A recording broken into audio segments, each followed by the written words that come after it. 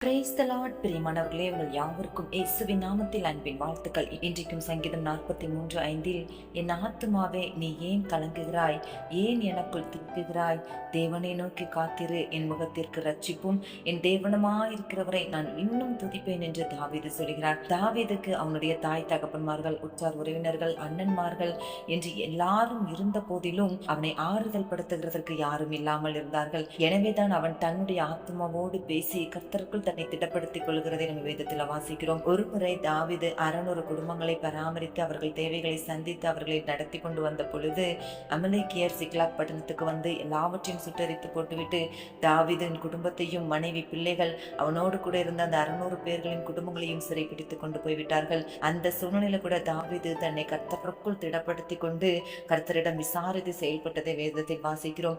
இன்றைக்கு நம்ம வாழ்க்கையில கூட நம்ம கஷ்டப்படும் பொழுது, நம்ம கலங்கும் பொழுது, நமக்கு உதவி செய்வாங்க என்று சொல்லி நம்பி எதிர்பார்ப்போடு இருக்கும் பொழுது, அவர்கள் நம்மை விட்டு விலகி போகும் பொழுது, நம்மை ஆற்றி தேற்றுவதற்கு யாரும் இல்லாத பொழுது நம்ம சஞ்சலப்படுகிறோம் அல்லவா?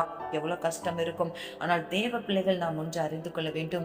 இப்படிப்பட்ட இக்கட்டான நெருக்கமான சூழ்நிலையில் தாவீதை போல நம் கர்த்தருக்குள் நம்மை திடப்படுத்திக் கொள்ள பழக வேண்டும். நம்முடைய ஆத்மாவோடு நாம் பேச வேண்டும். ஆண்டவர் செய்த நன்மைகளை நினைத்து நாம் அவரை துதிக்க வேண்டும். தாவீது கர்த்தரை துதித்து ஆத்மாவை பலப்படுத்திக் கொள்கிறான். நாமும் இந்த நாட்கள் அதைத்தான் செய்ய வேண்டும் என்று ஆண்டவர் விரும்புகிறார். கர்த்தர் செய்த நன்மைகள், கர்த்தர் செய்த கிரியைகள், அவர் நடத்தின விதங்களை ஆராய்ந்து பார்த்து ஆண்டவரை துதிக்கும் பொழுது, நம்முடைய ஆத்மாவை பார்த்து நம்ம பேசும் பொழுது, ஏன் நீ கலங்குகிறா, ஏசப்பா உன் கூட இருக்கிறாங்க, நீ கலங்காதே என்று சொல்லி நம்மை நாமே கர்த்தருக்குள் திடப்படுத்திக் கொள்ளும் பொழுது ஒரு புதிய தேவ பிரசனம் நம்மை நிரப்பும். ஆண்டவருடைய பலன் நம்மை நிரப்பி நம்மை அந்த சூழ்நிலையில் இருந்து தப்புவித்து செல்ல கர்த்தர் நமக்கு உதவி செய்து நமக்கு புதிய வாசல்களை திறந்து அற்புதமாய் நடத்துவார். ஏசப்பா, இன்றைக்கு யார் யாரெல்லாம் ஆத்மாவில் கலக்கத்தோடு என்ன செய்வதென்று தெரியாமல் நம்பினவர்கள் எல்லாம் என்னை கைவிட்டுட்டாங்களே என்று ஏங்கி போய் தயங்கி போய் இருக்கிறாங்களோ, ஒவ்வொருத்தருடைய இருதயத்தை நீங்க ஆறுதல் படுத்துங்க, தேற்றுவீராக.